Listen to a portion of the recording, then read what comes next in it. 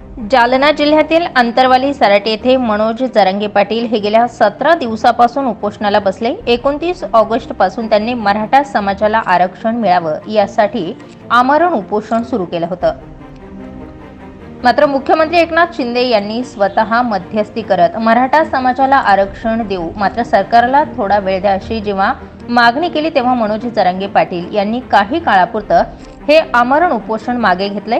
मात्र संपूर्ण राज्यभरात आता सकल मराठा समाजाच्या वतीनं साखळी उपोषणाला सुरुवात झाली।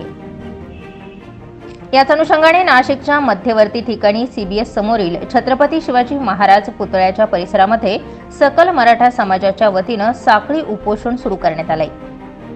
या उपोषणाचा आढावा जाणून घेतलाय आमच्या प्रतिनिधींनी। मराठा समाजाच्या आरक्षणासाठी जालना जिल्ह्यातील अंतरवाली सराटी येथे मनोज जरांगे पाटील यांनी 29 ऑगस्ट पासून सुरुवात केली। आता या उपोषणाला संपूर्ण राज्यभरातून साखळी उपोषणाचा पाठिंबा दिला जातोय। आज आपण आहोत नाशिकमध्ये छत्रपती शिवाजी महाराज यांच्या पुतळ्यासमोर हे साखळी उपोषण केलं जात आहे। मराठा बांधवांनी आता आपल्या आरक्षण जोपर्यंत मिळत नाही तोपर्यंत हे उपोषण सुरू राहणार असल्याची ठाम भूमिका घेतली। जाणून घेऊया आपण त्यांच्याकडून या साखळी उपोषणाचा त्यांचा मार्ग कसा आहे तो। जय शिवराय। सकल मराठा समाजाच्या वतीने नाशिकच्या मध्यवर्ती ठिकाणी छत्रपती शिवाजी महाराजांच्या पुतळ्यासमोर सकल मराठा समाजाच्या वतीने मराठा साखळी उपोषण सुरू करण्यात आलंय। आज या उपोषणाचा दुसरा दिवस आहे। मराठवाडा येथील मनोज जरांगे पाटील यांनी 17 दिवस अन्न आणि पाण्याचा त्याग केला होता। एका सर्वसामान्य घरातील एका युवकांनी मराठा समाजाच्या आस्थेच्या आणि मूलभूत मुद्द्यावर दिलेला लढा हा महाराष्ट्राच्या कानाकोपऱ्यात पोहोचला आणि महाराष्ट्रातला सर्व मराठा रस्त्यावर आला आणि आंदोलन करायला लागला। अशा परिस्थितीमध्ये मनोज जरांगे पाटील यांच्या आंदोलनाने सरकारला सुद्धा नतमस्तक व्हायला लागलं आणि मुख्यमंत्र्यांसह अनेक मंत्री मनोज जरांगे पाटलांना भेटून त्यांच्या पुढे अनेक आश्वासने द्यायला लागली। कालची गोष्ट आहे, कालच मुख्यमंत्र्यांच्या उपस्थितीत मनोज जरांगे पाटील यांचं जे 17 दिवसाचं अन्न पाणी त्यागाचं उपोषण होतं ते सुटलं, परंतु साखळी उपोषण मात्र त्यांनी 1 महिनाभर सुरूच केलंय। राज्य सरकारला त्यांनी 1 महिन्याचा अल्टिमेटम दिलाय। 1 महिन्यावरून अजून 10 दिवस देतो म्हणे, 1 महिना 10 दिवस देतो। मात्र महाराष्ट्राच्या प्रत्येक मराठा समाजाच्या कुटुंबाला ओबीसी अंतर्गत कुणबीचे दाखले मिळाले पाहिजे, ही मराठा मित्र मनोज जरांगे यांची जी मागणी आहे, ही मागणी सरकारने पूर्ण करायची या ठाम मागणीवर मुख्यमंत्र्यांच्या शब्दावर मनोज जरांगे पाटलांचं काल उपोषण थांबलं असलं तरी महाराष्ट्रात अनेक गावामध्ये शहरामध्ये सर्व मराठा बांधव सातत्याने हे साखळी उपोषण सुरू करताय। नाशिकच्या साखळी उपोषणाचं वैशिष्ट्य आहे, आम्ही या दृष्टीने मराठा समाजाला सरसकट कुणबीचे दाखले मिळावे, ओबीसीच्या 50% आत मराठ्यांना आरक्षण मिळावं, अॅट्रोसिटी सारखे ऍक्ट याच्या अंतर्गत खोटे गुन्हे दाखल होतात त्या संदर्भात शासनाने विचार करावा। मराठा मुलं आणि मुली ज्या शाळेत जातात त्यांची लाखो रुपये फी भरावी लागते, त्यावर शासनाने कुठेतरी अंकुश आणावा आणि त्यांना सवलतीच्या दरात ऍडमिशन द्यावं। दुसरं असं नोकरीमधल्या जागा कमी झालेल्या आहेत, त्या अर्थाने मराठा समाजासाठी एक स्वतंत्र कोटा वाढला पाहिजे। आणि एकूणच मराठा समाजात मध्ये शेतकरी मोठ्या प्रमाणात आत्महत्या करतायत, शेतकरी मरतोय आणि मराठा समाजातल्या अनेक शेतकऱ्यांनी आत्महत्या केल्या। त्या आत्महत्या थांबवण्यासाठी सरकार 30 वर्ष कुठल्याही प्रकारची उपाययोजना फारशी प्रभावीपणे करत नाही। आणि मी तर म्हणतो सर्वसामान्य 10 एकरच्या आतील सर्व शेतकऱ्यांना कर्जमुक्त केलं पाहिजे, कारण शेतकरी हा नापिकी आणि एकूणच बाजारभाव नसल्यामुळे त्रस्त झालेला आहे। एकूण मराठा समाजाची आर्थिक स्थिती अत्यंत वाईट आहे। जमिनी राहिल्या नाही, विस्थापित झाला, धरणाला जमिनी गेल्या, रस्त्याला जमिनी गेल्या बरोबर, आणि अल्पभूधारक झाले, कोरडवाहू जमिनी आहे, हातात भांडवल नाही। अशा स्थितीमध्ये बागात झालेल्या मराठा समाजाला आरक्षण देणं ही राज्य सरकारची जबाबदारी आहे आणि राज्य सरकारने ती या महिन्यामध्ये आश्वासन दिल्याप्रमाणे पूर्ण करावी। यासाठी नाशिकच्या मराठा समाजातील सर्व मराठा मित्रांनी आणि बंधू आणि भगिनींनी हे आंदोलन नाशिकमध्ये सुरू ठेवलंय। या ठिकाणी इंजिनियर, डॉक्टर, विद्यार्थी, बेरोजगार, महिला, वारकरी असे अनेक जण या आंदोलनामध्ये सहभागी होणार आहे आणि 1 महिनाभर हे आंदोलन सातत्याने आम्ही तेवत ठेवणार आहोत। मनोज जरांगे पाटील हे आपल्या आमरण उपोषणावर ठाम होते, मात्र मुख्यमंत्र्यांनी आता स्वतः येऊन सरबत देऊन त्यांचं हे आमरण उपोषण थांबवलंय। मात्र आता सकल मराठा समाज आपल्या आंदोलनावर ठाम आहे। 1 महिना किंवा त्याहून अधिक 8 ते 15 दिवसाचा वेळ सरकारला देतोय, पण आरक्षण द्या असं म्हणत आता मुख्यमंत्र्यांनी थोडासा वेळ मागितलाय। आता यावर खरंच काय वाटतंय आपण जाणून घेऊया काही प्रतिक्रिया। 1 महिन्यामध्ये आरक्षणाचा मुद्दा सुटेल, प्रश्न सुटेल असं वाटतंय का? आता सरकारने आश्वासन दिलंय, जर सरकारने आश्वासन पाळलं नाही तर 1 महिन्यानंतर मराठा काय आहे, जे आज लाखोचे मोर्चे दिसते नंतर लाखोचे लोक रस्त्यावर उतरेल, हे सरकारला आत्ताच आम्ही इशारा देतो। परंतु आता सध्या कोर्टामध्ये 16 आमदारांच्या अपात्रतेचा प्रश्न, तो मुद्दा आता समोर आलाय आणि मराठा समाजाच्या आरक्षणावर मुख्यमंत्र्यांनी शब्द दिलाय। मग यामध्ये जर अपात्रतेचा निर्णय आला आणि मुख्यमंत्री समजा पायउतार झाले तर मग मराठा आरक्षणाची पुढची दिशा काय असणार? हेच सांगतोय की हा सरकारचा प्रश्न आहे, कारण मुख्यमंत्र्यांनी शब्द दिलाय।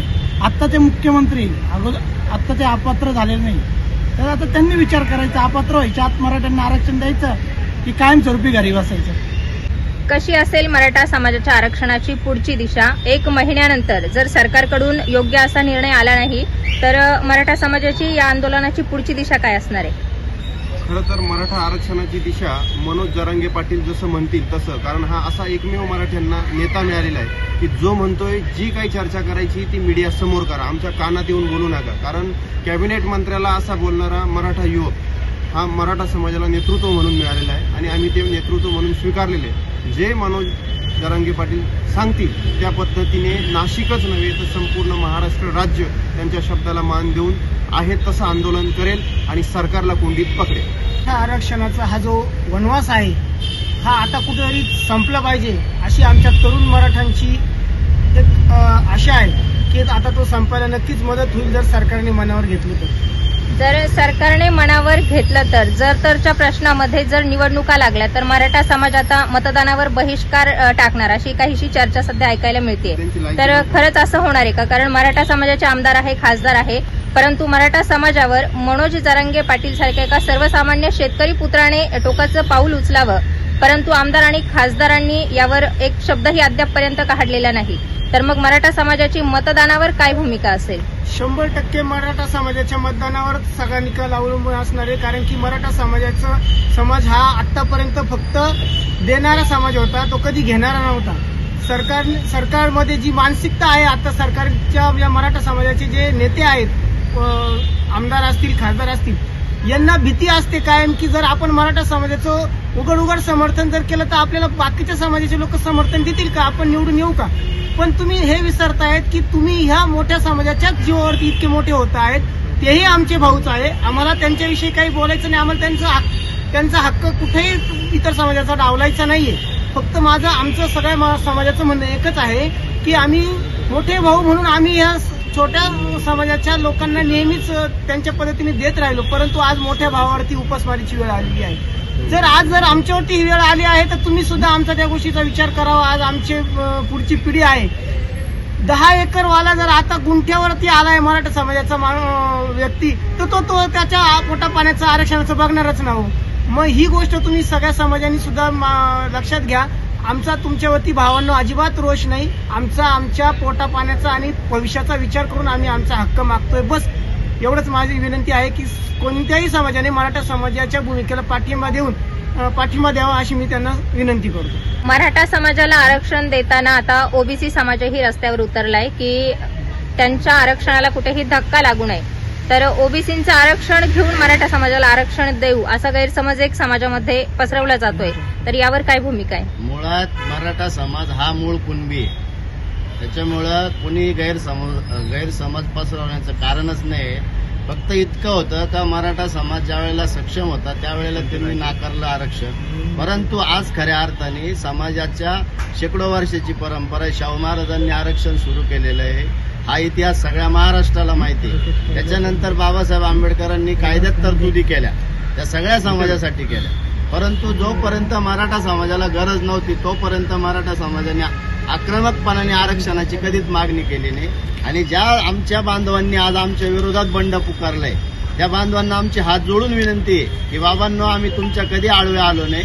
आता तुम्ही सुद्धा आम्हाला समर्थन केलं पाहिजे. खऱ्या अर्थाने मराठा समाजाच्या बहुसंख्य मराठा समाज हा शेतकरी असल्यामुळं शेतीचं अवकाळी, गारपीट आणि अशा असंख्य गोष्टी, कर्जबाजारीपणा, आमच्या मुलांच्या शिक्षणाचे प्रश्न, आमच्या मुलींच्या शिक्षणाचे प्रश्न, लग्नाचे प्रश्न, दवाखान्याचे प्रश्न, असे असंख्य प्रश्न, नोकरीचे प्रश्न. त्याच्यामुळं आज मराठा समाज अडचणीत असताना बाकीच्या ओबीसी बांधवांनी किंवा 18 पगड जाती 12 बलुतेदारांनी मराठा समाजाच्या ह्या आरक्षणाच्या बाबतीमध्ये समाजाला भक्कम उलट पाठिंबा द्यायला पाहिजे होता. परंतु सगळा समाज आमच्या विरोधात नाही. आम्ही तुम्हाला स्पष्ट नमूद करतो का सगळे बांधव आमच्या बरोबर आहे. फक्त काही विघ्न संतोषी लोकांचं हे कट कारस्थान आहे. त्यांची पण आम्ही पुढे येणाऱ्या काळामध्ये जिरवणारच आहे. त्याच्यामुळे त्यांना सुट्टी अशी पण मिळणारच नाही. त्याच्यामुळे मराठा समाज वेळेवर काय निर्णय घ्यायचा तो घेणारच आहे. 30 दिवसाचा 40 दिवसाचा वेळ मुख्यमंत्री साहेबांना जरांगे पाटलांनी दिलेला आहे. परंतु ह्या 40 दिवसाच्या आत निर्णय जर झाला नाही आणि जर का केंद्रात यांचं राज्यातही सरकार आहे, केंद्रातही केंद्रात जाऊन करून आणावं. यांनी 370 राम मंदिर अशा असंख्य गोष्टी केलेल्या आहेत. ते स्वतःची पाठ पण थापटून घेतात त्या मुद्द्यांवरती आणि लोकांना आवाहन करतात. तसं एकदा मराठा समाजासाठी निर्णय घ्यावा आणि मराठा समाजाचा आरक्षणाचा प्रश्न तात्काळ सोडवावा. अन्यथा ह्या सरकारला भाजपाच्या केंद्रातल्या, राज्याच्या आणि केंद्रातल्या मराठा समाजाच्या रोषाला बळी पडावा लागेल. मराठा समाज आक्रमक पद्धतीने पुढच्या काळामध्ये रस्त्यावर आल्याशिवाय राहणार नाही, हा आमचा सक्त इशारा आहे.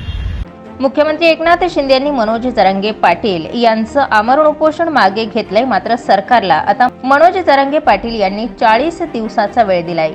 सरकारने वेळ घ्यावा, मात्र मराठ्यांना आरक्षण द्यावं अशी ठाम भूमिका आता मनोज जरांगे पाटील यांनी घेतली आहे. तर जरांगे पाटलांच्या मार्गदर्शनाखाली आता संपूर्ण महाराष्ट्रभर मराठा समाजाच्या वतीनं ही साखळी उपोषणं केली जात आहे. जोपर्यंत मराठ्यांना आरक्षण मिळत नाही तोपर्यंत ही साखळी उपोषणं सुरू राहणार असल्याची माहितीही यावेळी मराठा बांधवांच्या वतीनं देण्यात आली आहे. स्टार 24 फास्ट न्यूज साठी माही परदेशी सह गौरव पाटील, नाशिक.